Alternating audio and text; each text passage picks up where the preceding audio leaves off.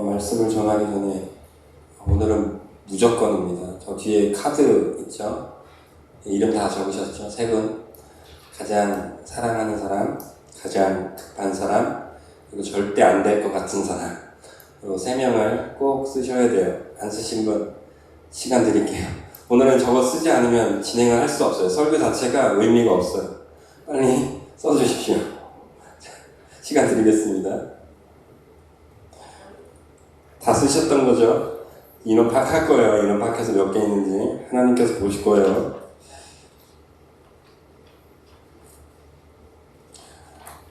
만약 여러분들이 그 생명의 이름을 적지 못했다면 여러분 두려워하셔야 돼요. 하나님이 저와 여러분들을 구원하시는 이유는 늘 말씀드립니다. 여러분 한 명 구원시키시려고 여러분들을 이 자리에서 예배 드릴 수 있는 기회를 주신 건 아니에요. 믿음의 사람들, 성경에 나오는 사람들 잘 살펴보세요. 그 사람들이 왜 구원의 은혜를 누렸습니까? 하나님의 복을 왜 누렸습니까? 그 사람 한 사람 살리고자 하시는 이유는 단 한 구절도 찾아볼 수 없어요. 자녀성도를 위하여서 그랬고요. 이웃들을 위하여서 그 사람들의 믿음을 통하여서 한 영혼이라도 더 살리시려고 하시는 하나님의 철저한 계획이 있었습니다. 그래서 우리 믿는 사람, 구원받은 사람이라고 한다면 늘상 생각하셔야 돼요. 아니, 내가 구원에 확신이 없다면 더 도전하셔야 돼요. 어떻게 해요? 저 영혼을 살려야겠다. 저 영혼도 구원받았을까? 한 영혼에 대한 관심이 반드시 있어야만 합니다. 그 사실이 기본적인 명제예요. 오늘 설교는. 이게 없으면 진짜 안 돼요. 오늘 말씀의 설교 대상자는요, 데살로니가 후서처럼 믿음의 사람들에게 선포되는 말씀이거든요. 내가 오늘 이 일을 통해서 믿음이 생겨야지 이게 아니고 믿음의 사람이라면 이렇게 살아야 됩니다 라고 하면서 아주 딱 못 박는 거예요. 그러니까 오늘 말씀 여러분 마음인데 찔림이 꼭 있길 바라고요. 만약에 그런 마음들이 없으면 꼭 찔림이 있길 바라요. 그리고 그 찔림으로서 끝나지 마시고 좀 나아가십시오. 내가 어떻게 살아야겠다 하는 좀 믿음의 꿈을 꼭 소망하시고 꾸어지게 되시기를 예수님의 이름으로 축복드립니다.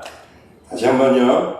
마음속에 아픔과 찔림이 있을지라도 그 찔림에서 멈추지 마시고 소망, 하나님이 주신 믿음의 소망을 붙들고 오늘 말씀을 통해서 이번 한 주 돌아오는 그 삶 속에, 내 평생의 삶 속에 이 꿈만큼은 절대 잊지 않아지시게 되시기를 예수님의 이름으로 축복드립니다. 아멘. 저희 아버지는 농사꾼입니다. 그래서 한여름만 되면, 그리고 봄철만 되면 한겨울이 아닌 이상 정말 바쁘게 사시는 분이에요. 어렸을 때 아버님께서 이런 일 저런 일 시키면 짜증도 나고 차라리 공부를 하는 게 낫지 하면서 학교에 더 있으려고 노력했고, 또 집에 오기 싫어서 친구 집도 뭐 가기 힘들었어요. 너무 멀어서 워낙 시골들이니까. 버스에서 내려서, 그리고 버스 타기도 싫어서 일부러 걸어 올 정도로 집에만 가면 일을 해야 되니까. 근데 왜 제가 그렇게 싫었을까라고 생각해 봤어요. 왜 집에 가서 일하는 게 왜 그렇게 싫었을까? 하나였더라고요. 열매의 기쁨을 저는 기대하지 않았기 때문이에요. 그래서 지금 하고 있는 수고가 떼양볕에서 풀 하나 뽑고 또 감자를 심고 또 고추를 따고 뭐 어떤 농사일이더라도 열매의 기쁨을 아예 기대하지 않으니까 지금 하고 있는 일이 뭐예요? 승질만 나는 거야. 우리 아버지는 나한테 왜 이런 일만 시키는 거야? 난 고3인데 왜 이런 고생만 하고 있지? 이런 짜증만 일어나게 되는 거예요. 그러면서 이제 제가 담임 목사로 벌써 이제 당진에서 약 5년, 여기서도 이제 조금 있으면 1년 거의 되더라고요. 그 곳곳을 바라보면서 고치기도 하고 청소도 하고 또 잘못된 것들을 조금씩 바꾸려고 하고 해요. 근데 저는 이 일들을 고생이라고 여기지 않아요. 왜 그럴까요? 담임 목사로서 거둘 뭔가를 기대하기 때문이에요. 그렇다고 그 결과물이 없다 할지라도 제가 실망할까요? 그렇지 않아요. 그냥 또 꿈꿔요. 오늘만 해도 그래요. 제가 생각했던 대로 예배가 하나도 진행되지 않았어요. 그런데 하나님한테 계속 꿈을 꿨어요. 하나님 그러할지라도 저는 기대하겠습니다. 하나님의 소망을 꿈꾸겠습니다. 이런 거예요. 믿는 사람들이라면 내가 하는 수고에 하나님의 개입이 있으므로 뭐 해야 돼요? 꿈이 계속 꿔서야 돼요. 안 된다. 됐어. 이런가 보다. 포기하는 것이 아니라 또 다른 것, 또 다른 것, 또 다른 것. 나의 계획이 아닌 하나님의 그 은혜를 꿈꾸는 사람. 그게 진짜 믿는 사람의 길인 줄 믿습니다. 그런 점에서 여러분을 축복합니다. 여러분, 나이 많아서 난 할 게 없어. 제발 그러지 마요. 그런 말 하지 마세요. 그건 하나님한테 하나님 이제 저 데려가세요. 이 말하고 똑같아요. 할 게 없는 게 아니에요. 하나님의 꿈이 내게 안 꿔지는 거예요. 오늘 돌아가셔서 오늘 예배를 통해서 제발 하나님의 꿈이 꾸어지게 되시기를 예수님의 이름으로 축복드립니다. 데살로니가 후서 3장에서는 그걸 결론으로 꽉 못 받고 있는 거예요. 데살로니가 전서에서 이미 너희가 행할 것을 다 알려줬어요. 바울이. 너희 교회가 문제점이 이거고 이런 문제 저런 문제 다 있다고 했어요. 그런데 여전히 변하지 않는 거예요. 그래서 바울이 데살로니가 교회에서 마지막으로 너희가 당부할 것이 있어. 그러면서 뭐라고 얘기하냐면 부활, 그러니까 다시 오신 심판에 대해서 막 걱정하고 있었거든요. 사람들이. 구원이죠. 자기가 구원받았나? 이런 것들 때문에 걱정하고 있는 사람들에게 바울은 아예 꽝꽝꽝 못을 받게 돼요. 그게 13절 말씀이에요. 12절과 13절을 같이 읽습니다. 12절과 13절 같이 읽어볼까요? 시작. 이런 자들에게 우리가 명하고 주 예수 그리스도 안에서 권하기를 뭐래요? 조용히 일하여 자기 양식을 먹으라 하노라. 13절 시작. 형제들아 낙심하지 말라. 자, 구원의 기쁨이 있는지 없는지는 모르고 헷갈려하고 또 구원이 곧 하나님의 재림이 막 곧 임할 것 같다고 생각하니까 이런저런 생각 때문에 막 자기 뜻대로 막 믿기 시작한 거예요. 그래서 개 중에 어떤 사람들이 존재했냐면 예수님 곧 오실 거니까 재산도 필요 없어. 다 팔아. 지금 또 먹고 놀자. 예수님 오심만 기대하자. 마치 1997년도인가요? 그리고 99년도 요 사이였던 걸로 제가 기억하는데 다미선교회라고 기억하세요? 기억나실 거예요. 예수님이 곧 오신다고 하면서 막 모여가지고 흰 옷 입고 막 전국적으로 방송 타고 그 생중계되면서 예수님 안 오셨죠? 그래서 막 그때 터덜터덜하면서 막 돌아가는 그 모습들. 근데 그들은 확신했어요. 어떻게요? 예수님이 오실 거라는 믿음. 저와 여러분들과 다를 바가 없는 믿음이 있었다고요. 근데 그들이 착각했던 게 있어요. 그들은 뭐예요? 예수님의 오심을 자기 뜻 아래에 뒀어요. 그런데 성경은 분명히 얘기해요. 예수님의 다시 오시면 너희가 뜻할 바가 아니래요. 너희가 상관할 바가 아니래요. 누구에게 있대요? 그 권한은 오직 하나님께만 있대요. 그러니까 우리가 그걸 자꾸 생각할 필요가 없어요. 예수님이 내일 올까 모레 올까 이런 걱정할 필요가 없다는 얘기예요. 그런 걱정을 안 하면서 그 다음 우리가 그럼 해야 될 게 존재해요. 때가 우리의 뜻이 아니에요. 하나님의 인재가 우리의 뜻이 아니에요. 그 날이. 그러면 언제일지 모르니까 그 날을 기다리는 사람들은 반드시 해야 될 게 있다라는 얘기예요. 쉽게 얘기하면 이런 거예요.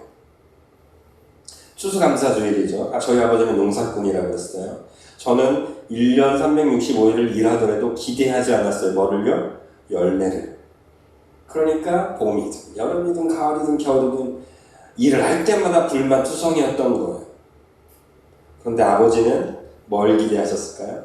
감자를 심으면 2개월 후, 3개월 후에 이 싹나고 열매는 감자를 생각하면서 심는 거예요.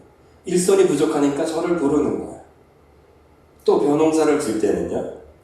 씨를 처음에 벼 모종을 하고 또 그걸 다시 2학기로 다시 심는 거 다 뭘 계산하는 거예요? 지금 때 이런 것들을 해두고 그럼 가을에 어떻게 될 거라는 걸 아시는 거예요? 추수할 거를 아시는 거예요. 그래서 봄에 수고, 여름에 땀을 아끼지 않아요. 열심히 달려가요. 묵묵히. 짜증내지도 않아요. 왜 결실이 없지? 그러지도 않으세요. 당연히 언제 나타날 거라니까? 가을이 되면 나타날 거라니까 봄, 여름에 있는 수고를 아끼지 않는 거예요. 데살로니가 교회에서는 이걸 착각했던 거예요. 봄인데 가을이라 생각하는 거예요. 여러분들 지구 돌릴 수 있어요? 공전시킬 수 있어요? 이건 하나님이 하시는 거예요. 햇빛을 보게 할 수 있어요? 비를 내리게 할 수 있어요? 우리가 못해요. 왜 우리는 자꾸 우리가 못하는 걸 가지고 하나님 비 내려달라고 기도하고 있냐고요. 햇빛, 사절에 의해서 저절로 생기는 거예요. 구름 때문에 안 보일 수도 있어요. 이건 우리가 할 수 없는 거잖아요. 그런데 왜 자꾸 하나님 햇빛 좀 비춰주세요. 하나님 겨울 좀 오게 해주세요. 왜 자꾸 그러고 있냐고요. 여러분들이 할 수 있는 걸 해야 된다는 거예요. 데살로니가 교회에게 바울은 지금 그걸 강조하면서 얘기하는 거예요. 그러니까 너도 일하라. 왜 가을만 기대하고 있냐고. 왜 추수의 결심, 예수님의 재림에 대해서만 상상하고 있냐고. 그것만 꿈꾸고 있냐고. 아니야, 네가 할 일 가서 해! 라고 얘기하는 거예요. 저는 그래서 여러분들에게 축복이길 바라요. 여러분 축복으로 받아들여지시기 축복합니다. 예수님의 이름으로 축복드립니다. 여러분 일 좀 하십시오. 제발. 직장인을 구하라는 얘기가 아니에요. 돈 벌어오라는 얘기는 더더욱 아니에요. 하나님의 일 좀 하십시오. 농사꾼이 왜 별을 심냐고요. 봄에. 그 결과물 추수할 것을 기대하면서 심는 거잖아요. 여러분 세상으로 나가서 직장에서 돈 버는 이유 뭐예요? 솔직하게. 여러분 잘 먹고 잘 살려는 거잖아요. 진짜 하나님의 영광을 위해서 살고 계세요? 여러분 직장에서 하나님의 영광을 씨 뿌리고 계셨냐고요? 정말로 그러셨어요? 그럼 기대하십시오. 그러나 만약 하나님의 영광에 위한 씨를 뿌리는 작업을 하지도 않고 하나님의 영광만을 간구하는 기도를 하나님께 올리고 있다면 그건 데살로니가 교회 사람들과 똑같은 거예요.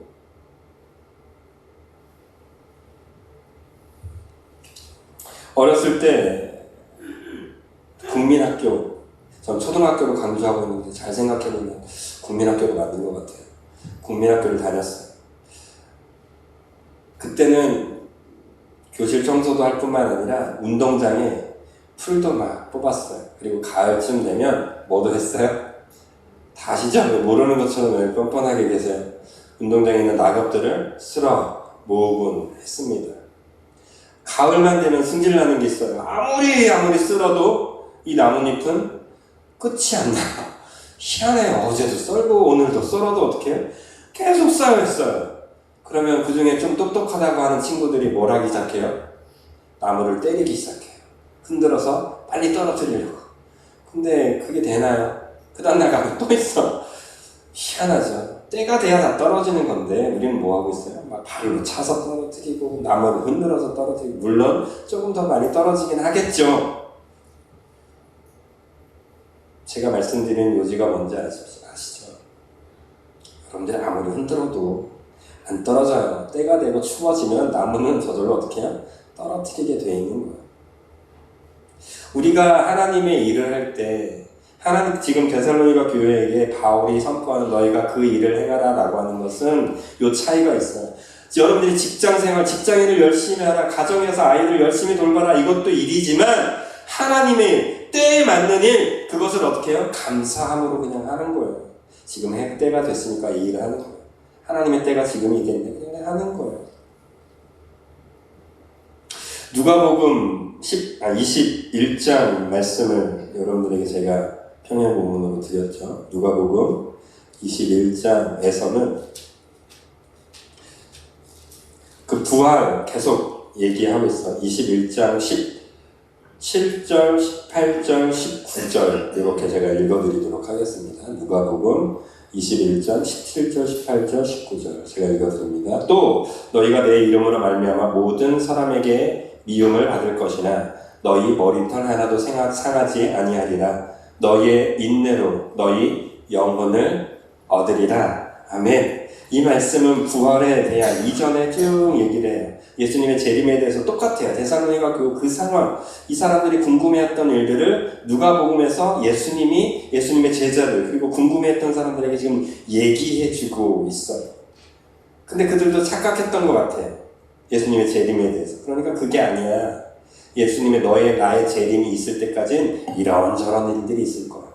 동해 번쩍 서해 번쩍 막 그래서 막 나라고 얘기하는 사람들은 등장할 거고, 이곳에서 전쟁이 벌어지고 민족이 민족을, 부모가 자녀를, 자녀가 어미를 막 공격하는 일들이 수도 없이, 때가 언제쯤인지 모르겠지만 예수님이 다시 오시는 그때에 대해서 계속해서 상기시켜줘요. 그러니까 그때 너희가 뭘 해야 된다고 그래요? 그러면 예수님이 올 때가 됐나 보다. 이런 거 생각하지 말고 너희가 어떻게 하래요? 19절. 인내로 너희 영혼을 얻을 때까지 어떻게 하라는 얘기예요? 참고 기다리고 수고하라는 얘기예요. 저와 여러분들이 임박한 진노에 대해서 걱정하는 건 중요합니다. 그래서 심판하실 예수님을 인지하고 생각하는 건 정말 중요한 거예요. 그러나 그 생각, 다시 오실 예수님만 생각하면서 그래, 나는 이제 구원 받았어. 이제 적당히 살다가 예수님 오면 안녕하세요 하면서 가야지, 이런 생각 가지고 있다면 정말 큰 오해라는 얘기예요. 예수님이 오시는 그 순간까지 예수님은 저와 여러분들에게 뭘 요구하시냐면 인내를 요구하세요. 인내하는 것은 무슨 얘기예요? 뭔가 수고하고 있다는 얘기예요. 뭔가 싸우고 있다는 얘기예요. 뭔가 달려가고 있다는 얘기예요. 그런 사람들에게, 뭔가 집중하고 있는 사람에게 인내가 요구되는 거예요. 여러분들은 지금 무엇을 향하여 달려가고 계십니까? 하나님이 맡기신 정말 선한 싸움, 하나님이 꿈꾸게 하시는 그 일들을 향해 시간과 여러분들의 건강과 여러분들의 물질과 여러분들의 노력들을 투자하고 달려가고 계십니까?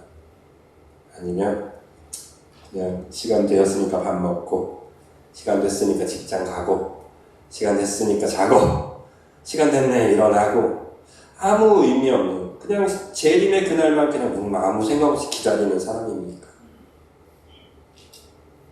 바울이 데살로니가 교회에게 권면하듯 저는 여러분들에게 축복하며 권면합니다. 여러분, 주님이 오시는 그날까지 인내하며 기다릴 수 있는 하나님의 꿈을 가지고 여러분들에게, 자녀에게 살아가십시오.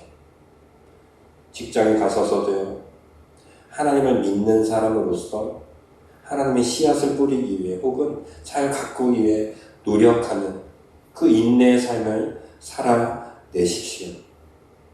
내 감정 조금 상했다고 화내지 마시고 하나님의 일 때문에 감정을 어떻게 죽이세요. 내 자존심 죽이세요. 누구 때문에요? 하나님이 주신 꿈 때문에. 내가 저 영혼 구원케 하기 위해서 어떻게 해요? 조금 더 참아보는 것. 이게 하나님이 주신 열심을 가지고 살아가는 것 아니겠습니까? 제가 재미난 일을 경험했어요. 여기 교회에 화단이 있죠. 희한해요. 아침에 가서 뽑고 저녁에 가서 뽑아요. 뭘 뽑을까요? 풀을 뽑아요. 저 바깥에 있는 들도 아닌데, 물론 맨날 막 이렇게 하지는 않겠지만 보일 때마다 뽑거든요. 근데 여러분 밖에 나가서 화단 잘 보세요. 뭐 있을까요? 뿔이 또 있어요. 희한해요. 이상하죠. 아무리 수고하고 아무리 달려가도 이거 잡초는 희한하게 생명이 강하더라고요. 저와 여러분들이 하나님께서, 예수님께서 특별히 인내하라고 하는 이유가 저는 거기 있다고 봐요. 우리의 죄성을 우리가 아무리 짓누르려고 아침에 눈을 뜨면서 기도하고 말씀을 보면서 내 이성을 누르고 하나님의 생각으로 가득 채우고 또 수고하고 미운 사람들에게 떡 하나 더 줘보고 안아주려고 하고 내 양심을 막 또 열심히 살려고 발버둥 쳐도 희한하죠. 내 마음속에 뭐가 자꾸 스물스물 올라와요. 마귀 사단이 주는 이 잡초 같은 것들이 계속 올라와요. 계속. 난 뽑는다고 뽑는데, 근데 저와 여러분들이 확실하게 하는 거 하나가 있어요. 저 잡초가 언제는 없어져요? 한겨울이 되면 사라져요. 내가 아무리 노력 안 해도 그냥 겨울만 되면 이상하게 없어졌다가 또 다시 봄에는 스물스물 올라오고. 제가 말씀드린 요즘이 이거예요. 하나님이 원하시는 그때가 되면 나의 수고도 결국 빛을 보게 된다는 얘기예요. 그러니까 막 뽑고 결과물이 없는 것 같은데도 겨울이 되면 풀이 사라지고 또 과수가 있다고 쳐보자고요. 제가 농사꾼이라고 쳐보자고요.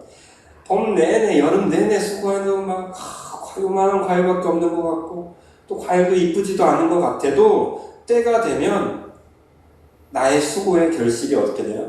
아름다운 열매를 나타내게 되더라고요. 제가 여러분들에게 두 가지를 강조했어요. 하나는 오실 때 뭐 가져오라고 하셨어요? 과일이든 쌀 한 털이라도 들고 오라고 제가 말씀을 드렸어요. 여러분 제발 1년 동안 그냥 절기가 되니까 헌금 드리고 절기가 되니까 맥주 감사 때도 헌금 드리고 그러지 않으셨으면 좋겠어요. 여러분들이 들고 오려고 했던 그 작은 마음 하나가 여기에 심겨지잖아요. 올려지잖아요. 오늘 올려드리는 날이거든요. 저는 꿈꿔요. 여러분들의 그 작은 마음들이 내년에는 어떻게 될 거라고 꿈꾸냐면 결실이 될 거라는 꿈을 꾸기 위해서 오늘 여기다가 좀 가져오라고 한 거예요. 뭐 교회에서 과일 사면 돼요. 제가 왜 굳이 여러분들이 그 어려운 걸 시키겠어요. 무거운 걸 들고 오라고. 꿈꾸자고요 제발. 그리고 영혼 품자고 했잖아요. 3명. 제일 사랑하는 사람, 미워하는 사람, 그리고 안 될 것 같은 사람, 그 사람, 그리고 급한 사람. 이 3명을 제발 좀 올려드리려 보는 게 씨를 좀 심어보자는 얘기예요. 하나님께. 그럼 그 사람을 위해서 적어도 1년에 한두 번은 뭐 할 거 아니에요. 전화라도 할 거 아니에요. 적어도 그 사람 앞에서 한두 번은 어떻게 할 거예요. 참아볼 것 아니에요. 왜요? 하나님께 올려드렸으니까. 난 지금 하나님의 일을 하는 사람이니까 인내하려고 노력할 것 아니에요. 그런 드림을 하자고 제가 그렇게 하는 거예요. 여러분 너무 무겁게도 생각하지 마시고 또 너무 가볍게도 생각하지 마세요. 그죠? 하나님께 올려드리는 이 추수감사주일이 되었으면 좋겠어요. 그래서 진짜로 내년에는 우리 성민교회 오라는 얘기가 아니고 하나님께서 받으시는 우리가 구원받은 사람이 되었던 것처럼 그 사람도 이제는 어떻게 해요? 꿈을 꾸는 사람이 되었으면 좋겠어요.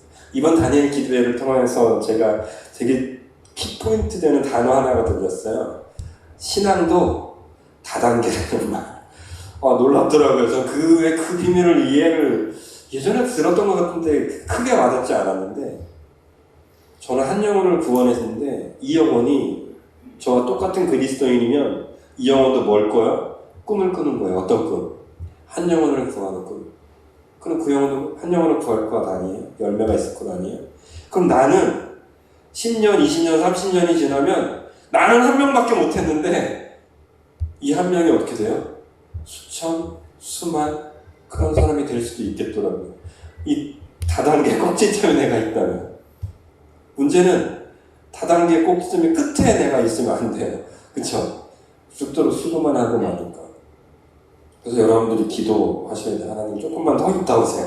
나 아직 한 명 구원 못한 것 같아요. 하나님 조금만 더 2명만 더 전도할게요. 조금만 있다 오세요. 좀 그런 기도 하시는 우리 성민교회 성도가 되시길 바랍니다. 하나님 조금만 돈 더 주세요. 이런 기도 말고 하나님 조금만 건강하게 해주세요. 이런 기도도 물론 필요하겠지만 그런 거 말고 제가 건강해야 될 이유가 하나님 저 사람들 걸어가야 돼요. 하나님 제 손이 빈손으로 가면 안 되잖아요. 뭐라도 들고 갈 수 있도록 재정적인 능력도 달라고. 좀 그런 기도로 바뀌게 되시기를 진심으로 축복드립니다. 자, 그리고 나서 말라기서를 제가 여러분들이 평행으로 좀 드렸어요. 말라기서 4장 1절과 2절 말씀인데요. 이 말라기서는 여러분들이 아시다시피 북이스라엘이 이미 멸망하고 남유다가 막 정체성에 혼란이 오고 자기네들도 죽는다 사는다 막 이런 거예요. 그래서 이미 어떤 안전 기반이 전혀 없는 상황이에요. 그런 상황에서 이 선지자가 어떤 마음이었을까요? 이 혼란스러운 상황에서 믿음으로 선포하고 있는 게 4장 1절과 2절이에요. 한번 읽어보도록 제가 읽어드릴게요. 4장 1절과 2절 읽어드립니다. 만군의 여호와가 이르노라 보라 용광로 불 같은 날 이 이르리니 교만한 자의 악을 행하는 자는 다 십도라기 같을 것이라. 그 이르는 날에 그들을 살라 그 뿌리와 가지를 남기지 아니할 것이로되. 이건 여러분들이 지금부터 조금 아세요. 내 이름을 경외하는 너희에게는 공의로운 해가 떠올라서 치료하는 광선을 비추리니 너희가 나가서 외양간에서 나온 송아지 같이 뛰리라. 아멘.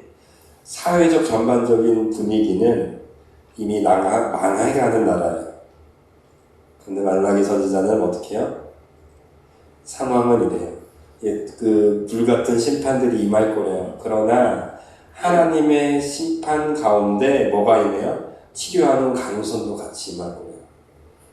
그러니까 믿음의 사람, 하나님을 믿는 사람들은 절망 가운데 뭘 바르기 시작한다는 얘기예요. 하나님의 은혜도 보고 그 은혜가 임하는 사람들이 저와 여러분들이라는 사실을 지금 선포하고 있는 거예요. 그러면 우리는 재림의 날, 심판의 그날이 뭐란 얘기야? 축제의 날이 될 수 있는 거예요. 그래서 외양간 송아지가 밖에 나오면 팔짝팔짝 뛰듯이 행복하게 뛸 수 있다는 얘기예요. 그런데 왜 우리는 이렇게 걱정하고 살고 있냐면 돈 없어서 걱정하고 직장 없어서 걱정하고 이런저런 이유로 걱정하고 있잖아요. 훨씬 더 큰 즐거움이 있는데 다 심판당하는데 나는 구원받는 은혜를 누리는데 다 죽음으로 달려가는데 치료하는 광선을 비추셔서 우리를 회복하게 하게 하신다는 말씀이 우리에게 여전히 비치고 계시는데 우리는 왜 자꾸 절망만 보고 있는 거예요? 오늘은 성찬식이 있는 날입니다. 오늘 저와 여러분들이 주님의 피와 주님의 몸을 떼서 먹고 마실 것입니다. 주님의 몸을 떼어서 살을 찢어서 여러분들이 먹고 마실 때 이 구원이 받은 성도가 된 저와 여러분들이 예수님이 가진 꿈을 꼭 꾸셨으면 좋겠어요. 이렇게 결론을 드리려고 해요.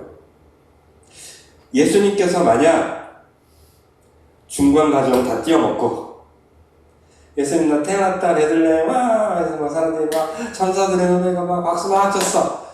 30년 뚝 뛰어나고 33년 딱 뛰어넘고 골고다 언덕길 딱 올라가서 십자가에서 퍼포먼스 한번 멋지게 하고 돌아가셨다면 이 과정이 없었다면 사실 저희도 예수님처럼 어떻게 하면 돼요?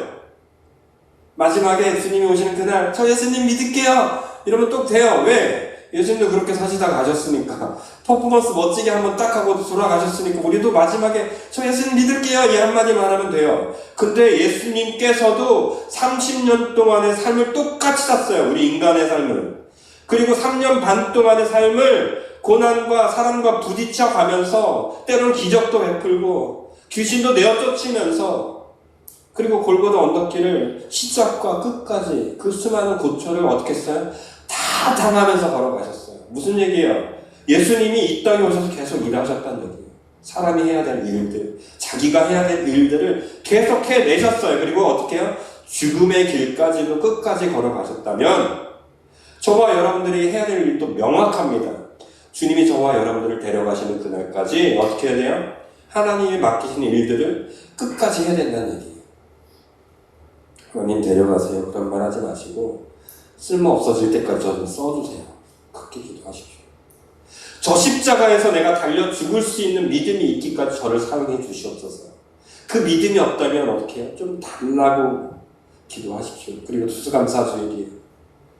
다른 거 품지 마십시오. 하나님의 열매를 제발 꿈꾸세요.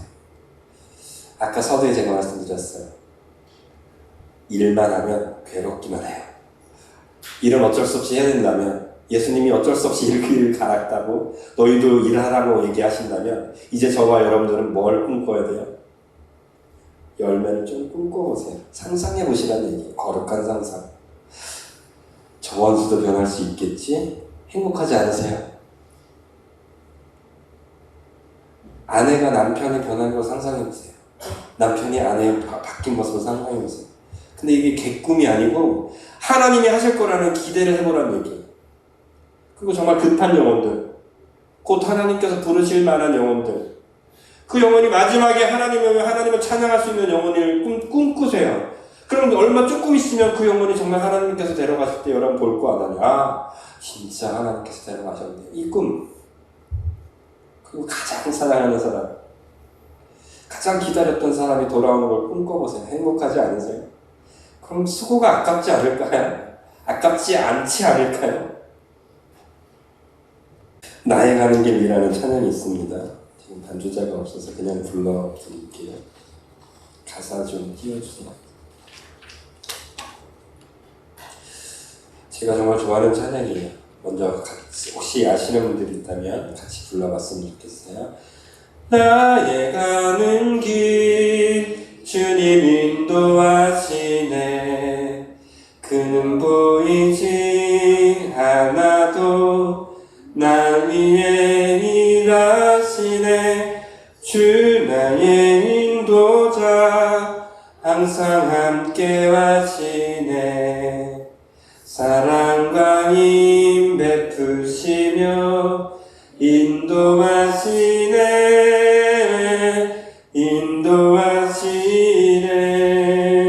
인도하시네. 광야에 길을 만드시고 날 인도해. 사막에 강 만드신 것보다 하늘과 땅 변해도 주의 말씀 영원히 내 삶 속에 새 일을 행하리. 나의 가는 길 주님 인도하시네. 그는 보이지 않아도 날 위해 일하시네. 주 나의 인도자 함께 하시네. 사랑과 힘 베푸시며 인도하시네.